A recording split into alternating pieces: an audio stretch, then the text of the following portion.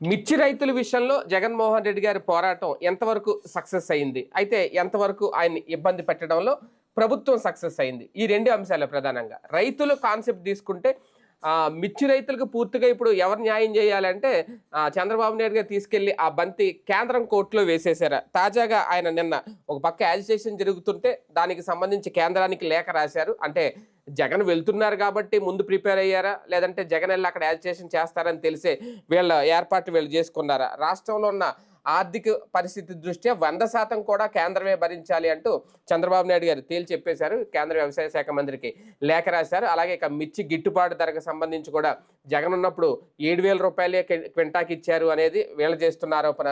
లేదు, ఇప్పుడు 11,000కి పడిపోయింది, మేము ఉన్నప్పుడు 20,000 వరకు ఇచ్చాం, 25,000 వరకు ఇచ్చాం అనేది వైసీపీ ఆరోపణ. అసలు ఏం జరుగుతుంది, మిర్చి రైతు పరిస్థితి ఏంటి, ఇదే అంశం మీద చర్చించే ప్రయత్నం చేద్దాం. సార్, వాస్తవానికి నిన్న జరిగిన గొడవ అంతా మొత్తం జగన్ భద్రత ఈ యాంగిల్లో వెళ్ళిపోయింది. కానీ సీన్ ఇవాళ కట్ చేస్తే చంద్రబాబు నాయుడు గారు కేంద్రానికి లేఖ రాశారని, కేంద్రమే మొత్తం భరించాలి అనేది, అంటే ఏం జరుగుతుంది, కాన్సెప్ట్ మొత్తం అటు దోచేస్తున్నారా, లేదంటే జగన్ వచ్చాడు కాబట్టి ముందుగానే అలర్ట్ అయ్యి లేఖ రాశారనుకోవాలా?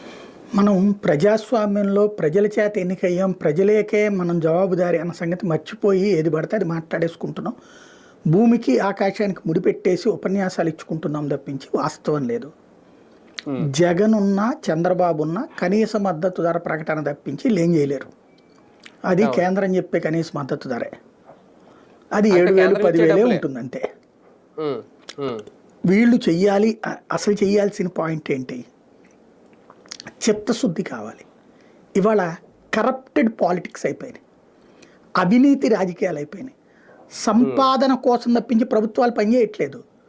దీంట్లో నాకెంత వస్తుంది అన్న లెక్కన మాత్రమే చూసుకుంటున్నారు పాలకులు, నాయకులు, ప్రజాప్రతినిధులు. ఈ దరిద్రమే మనల్ని వెంటాడుతోంది. ఇప్పుడు ఇవాళకి ఇవాళ తీసుకొచ్చేసి ఇవాళ ధర పడిపోవడంలో చంద్రబాబు పాత్ర ఏం లేదు, అలా క్రిందటిసారి ధర పెరగడంలోనూ జగన్ పాత్ర ఏం లేదు. కానీ ఎవరు అధికారంలో ఉన్నప్పుడు రూపాయి పెరిగితే వాళ్ళకు కొంత పాజిటివ్ వే ఉంటుంది, అలాగే తగ్గినప్పుడు వీళ్ళకి నెగిటివ్ వే ఉంటుంది. కానీ ఓట్లు దాన్ని చూసి వస్తాయా? అదే నిజమైతే క్రిందటిసారి 20,000 రూపాయల దాకా పలికింది, వాళ్ళు 27 అన్నారు. నేను చూసింది 20-22,000. మనమే అప్పట్లో నేను వీడియోలు కూడా చేస్తున్నాను.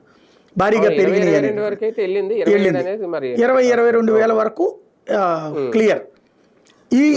ఈ డబ్బులు కూడా చాలా ఎక్కువే ఇవాళ ఉన్న దాంతో పోల్చుకుంటే. కానీ మరి డబ్బులు ఎక్కువ వచ్చినాయి అని చెప్పి మిర్చి రైతు ఏమైనా జగన్ ఓటేశాడా? నరసరావుపేటలో నియోజకవర్గం ఏరియాలో బాగా ఉంటాయి, ఓట్లు వేసారా? గుంటూరులో మిర్చి యార్డు చాలామంది దాని మీదనే బతుకుతున్నారు, ఓట్లు వేసారా? మరి ఎక్కువ రేటు వచ్చినప్పుడు ఓడగొట్టారు కదా. పోనీ దానికి ఏమైనా జగన్ కారణమా? లేదు. పోనీ ఇవాళ రోజున చంద్రబాబు నాయుడు గారు సరే ముందు జగన్ వెళ్ళబోతున్నాడని తెలిసి ముందు రోజున రివ్యూ అన్నారు, పొద్దున్నే లేఖ రాస్తారు, సాయంత్రం ప్రెస్ మీట్ పెడతారు. అచ్చెన్నాయుడు వచ్చి మేము వచ్చాక అద్భుతం చేస్తున్నాం అంటాడు.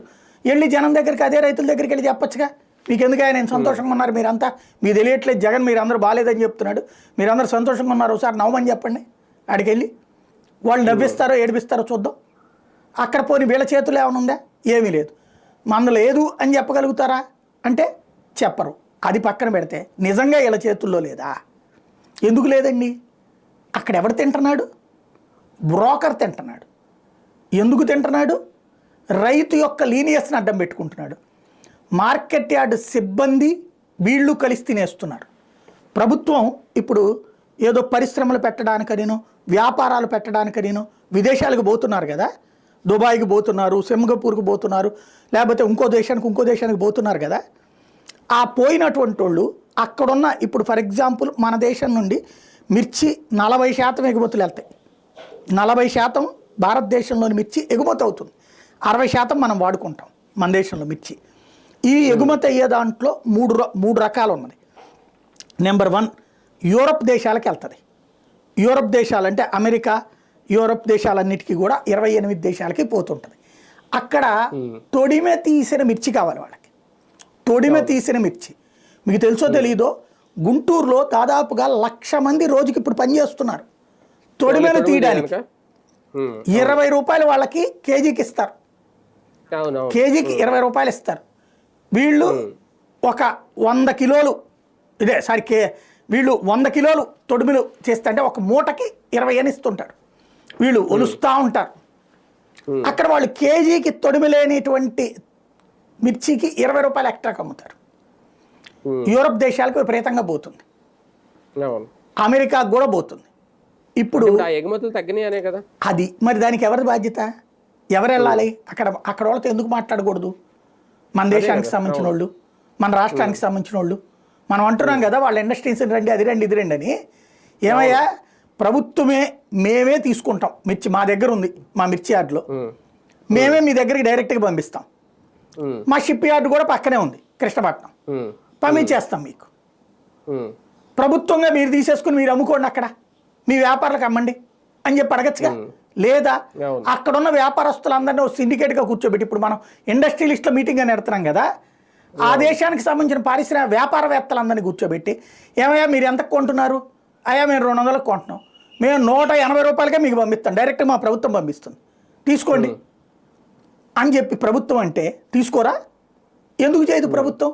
వ్యవసాయ శాఖ మంత్రి గారు కూర్చుని జాతిని ఉద్దేశించి ప్రసంగిస్తాడు, వ్యవసాయ శాఖ కార్యదర్శులు కూర్చుని ఎవరి మీద నెప వేయాలా అని చూస్తారు. ఎవరికి పట్టే ఇది? మార్కెటింగ్ వ్యవసాయ శాఖలు ఈ పని చేయకూడదా? రెండవది అంటే ఇక్కడ ఇంకో విషయం కూడా సరే, అది కరెక్ట్, రెండో చెప్తుంది. అంటే మన ఉత్పత్తికి డిమాండ్ ఏమైనా తగ్గుతుందా విదేశాల్లో? డిమాండ్ ఎక్కడా తగ్గలేదండి, మన ఉత్పత్తులు ఎగుమతులు అవ్వట్లేదు. అసలు అక్కడ ఆ ఏరియాలో మిర్చి ఎవడు పండించుకుంటున్నాడండి? మనకి నెంబర్ 1 వచ్చినేమో యూరప్ దేశాలు, నెంబర్ 2 వచ్చినేమో అరబ్ దేశాలు ఉంటాయి, అరబ్ దేశాలు కొంటాయి మన దగ్గర. వాళ్ళు తొడిమెలతోనే కొంటారు, మేము తీసుకుంటాం తొడిమెలు అంటారు. కొంత డబ్బులు తక్కువకి వస్తుంది వాళ్ళకి, వాళ్ళతో అయినా మాట్లాడచ్చు కదా. అయితే మనకి ఇడిచిపెట్టేదంతా 3 గంటల జర్నీ, లేదా షిప్లో వెళ్తే ఒక రోజు జర్నీ చేసుకోవచ్చు కదా. వాళ్ళతో కూడా మనం ఎందుకు చేయట్లేదు? ఏమన్నా ఎడారిలో మిర్చి పండుతోంది అక్కడ? వియత్నాం వాళ్ళు ఎగుమతి చేస్తారు, మనం ఎగుమతి చేస్తాం. మూడవది వచ్చేటోడి పాకిస్తాన్, ఇదే బంగ్లాదేశ్, చైనా. బంగ్లాదేశ్కి చైనాకి కూడా చేస్తాం. ఇప్పుడు జరిగిన ప్రాబ్లం ఏంటంటే బంగ్లాదేశ్లో ఇప్పుడు ప్రభుత్వం మారిపోవడం, రచ్చరచ్చ నడుస్తున్న నేపథ్యంలో వాణిజ్య సంబంధాలు తెగిపోయినాయి, దాంతో అక్కడికి ఎక్స్పోర్ట్ లేదు. చైనా వాళ్ళ దాంట్లో మనకి ఇప్పుడు ఆంక్షలు పెట్టుకుని ఉన్నాం కాబట్టి కొంత ఎక్స్పోర్ట్ అవ్వట్లేదు. అయితే చైనాతో ఆంక్షలు ఇవాళ కొత్తగా అదే 4 సంవత్సరాల నుంచి ఉందే.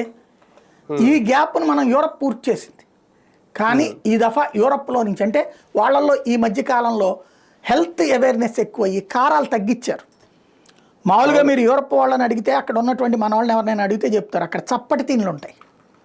మనకు మళ్ళీ ఇక్కడ మిరపకాయని కొరుక్కుని తినాం. ఇక్కడ మనం పప్పులో ఉల్లిపాయ మిరపకాయ కసక్కని కొరుక్కు తింటాం. లేదా ప్రతి దాంట్లో మనకు ఉప్పు కారం చాలా ఎక్కువగా ఉంటుంది. వాళ్ళకి అక్కడ ఉప్పు కారాలు తక్కువ వాడతారు. మనం కనుక అది తింటే చప్పగా ఉంటుంది. అది కాబట్టి వాళ్ళు ఏదో ఒక ఆ మధ్యకాలంలో కాస్త కారం ఎక్కువ వాడటం బిగించేశారు.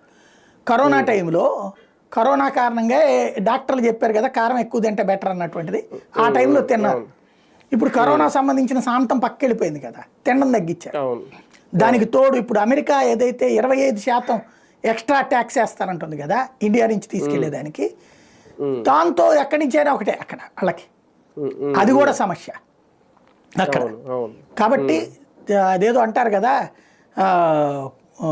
ఏది విఘ్నాలు 100 విఘ్నాలు ఉంటాయి అని చెప్పేసి, కర్ణుడి చావుకి 100 విఘ్నాలు అని చెప్పేసి, అట్లాగే మిర్చి సమస్యకు బోలెడు కారణాలు. కానీ ఇప్పటికీ మన చేతిలో ఉన్నటువంటిది ఇవాళ మీరు చూడండి, మిర్చి యార్డ్లో మిర్చి కేజీ ఎంత పడుతుంది?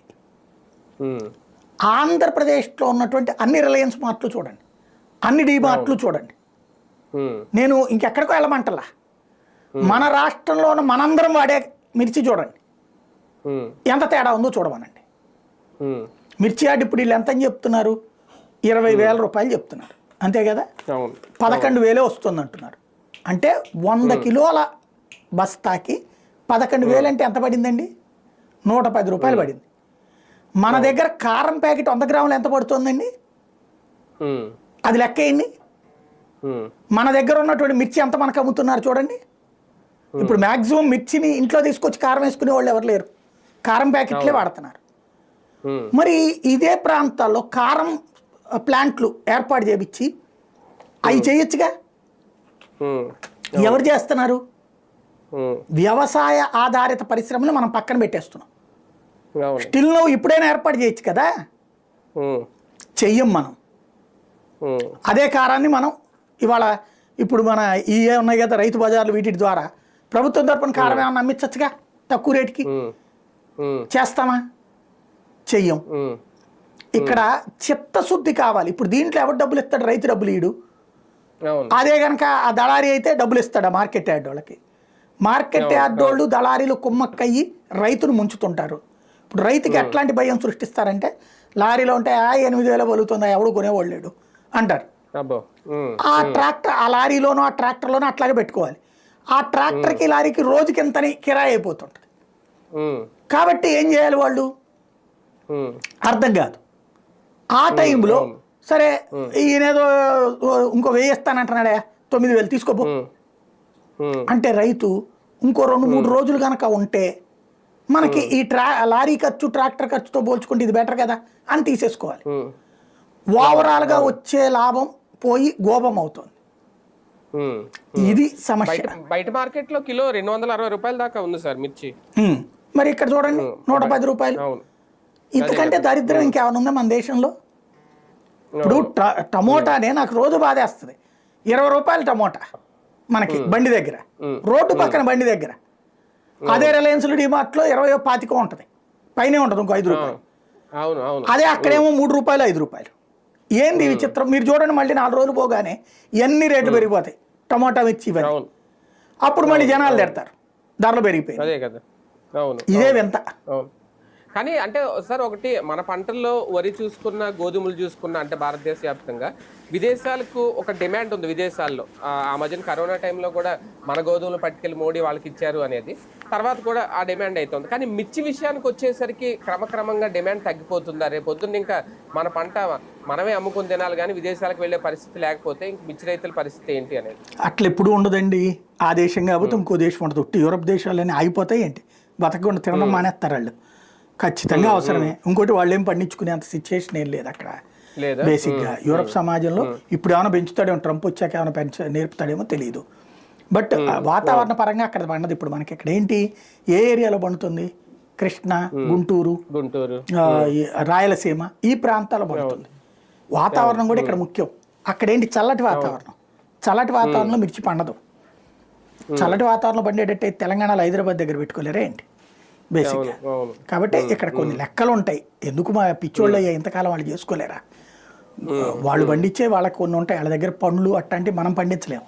అట్లాంటి మనం కేంద్రం మీద పరిస్థితిని కేంద్రం మీదకి ఏమన్నా తోసేస్తున్నారా చంద్రబాబు నాయుడు గారు? MIS కింద వాళ్ళే దీని మీద జోక్యం చేసుకోవాలి, 100% వాళ్ళే భరించాలి అని చెప్పడం. ఆయన మిత్రపక్షాన్ని ముంచుతున్నారు, అంత మించి ఏం లేదు. ఏంటంటే మన వంతులో నుంచి అవతలకు దోసి అవతల పడేసేయడం అనమాట. కేంద్రం ఏం చేయాలి? ఇప్పుడు కొని ఎక్కడ పెట్టుకోవాలి వాళ్ళు? ఇప్పుడు కేంద్రం ఫర్ ఎగ్జాంపుల్ మన దగ్గర బియ్యంగా ఉంటుందండి, కొని ఎక్కడ పెట్టుకుంటుంది? ఏమన్నా మోడీ గారి ఇంటి దగ్గరికి ఏమైనా బొట్టుపోతారండి? మన దగ్గర ఉన్న గోడౌన్లోనే FCI గోడౌన్లో, వేరే హౌసింగ్ కార్పొరేషన్ గోడౌన్లో పెడతారు, అంతే కదా. ఇప్పుడు మరి మిర్చిని తీసుకెళ్ళి ఎక్కడ పెట్టాలి? గోడౌన్లో పెట్టాలి. ఆల్రెడీ గోడౌన్లో నిండిపోయి ఉన్నాయి కదా మిర్చికి. వాస్తవంగా కనుక గోడౌన్లు ఖాళీగా ఉంటే ఈ పాటికి మిర్చిని తీసుకెళ్ళి ఆడ దాచుకునేవాళ్ళు రైతులు.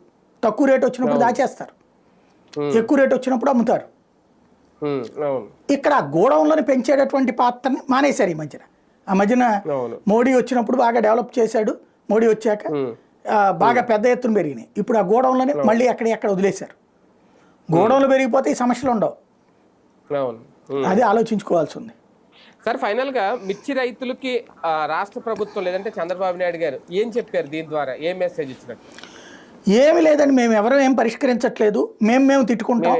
మేము తిట్టుకుంటున్నాం కాబట్టి మేము మీకోసం పోరాడుతున్నామని భావించండి. అంటే మేమేం చేయలేము, కేంద్రం మాత్రం చేయాలి, మీ బాధ మేము తీర్చలేమన్నా దాని అర్థం? దాంట్లో ఇంకా జక్క చూస్తే జగన్ వలన మీరు అందరు నాశనం అయిపోయారని కూడా చెప్పినట్టు ఉంటుంది. అది జగన్ ఏం చేశాడు ఈ కదా నేను ఇచ్చిన స్టేట్మెంటు. అవును, అప్పుడు 7,000 అచ్చెన్నాయుడు గారు అయితే అప్పుడు 7,000 ఉంది. అదే మద్దతు ధర 7,000 ఉంటుంది, కానీ కొన్నది ఎంతకనేది కదా లెక్క. అవును, అంతే కదా లెక్క ఎప్పుడైనా సరే. అవును, అది లెక్క ఇక్కడ. అవును, కానీ వాస్తవాలు ఏంటంటే అక్కడ రైతులకు కూడా తెలుస్తుంది కదా ఏంటి. రైట్, చూద్దాం. మొత్తానికి మిర్చి రైతుల విషయంలో ప్రభుత్వం క్లారిటీ ఇచ్చినట్ట, లేదంటే కేంద్ర ప్రభుత్వం వైపుకి తోసేసినట్ట సమస్యని? ఇప్పుడున్న పరిస్థితులు ఇంతకు మించి మేము ఏం చేయలేమని చేతులు ఎత్తేసిందా? జగన్మోహన్ రెడ్డి గారు అయితే పోరాటం కొనసాగిస్తానంటున్నారు, కానీ మిర్చి రైతుకి అల్టిమేట్గా న్యాయం జరగాలి. ఆ మద్దతు ధరకు సంబంధించి ప్రస్తుతం అధికారంలో కూటమి ప్రభుత్వమే ఉంది కాబట్టి ఏం చేస్తారనే చూడాలి.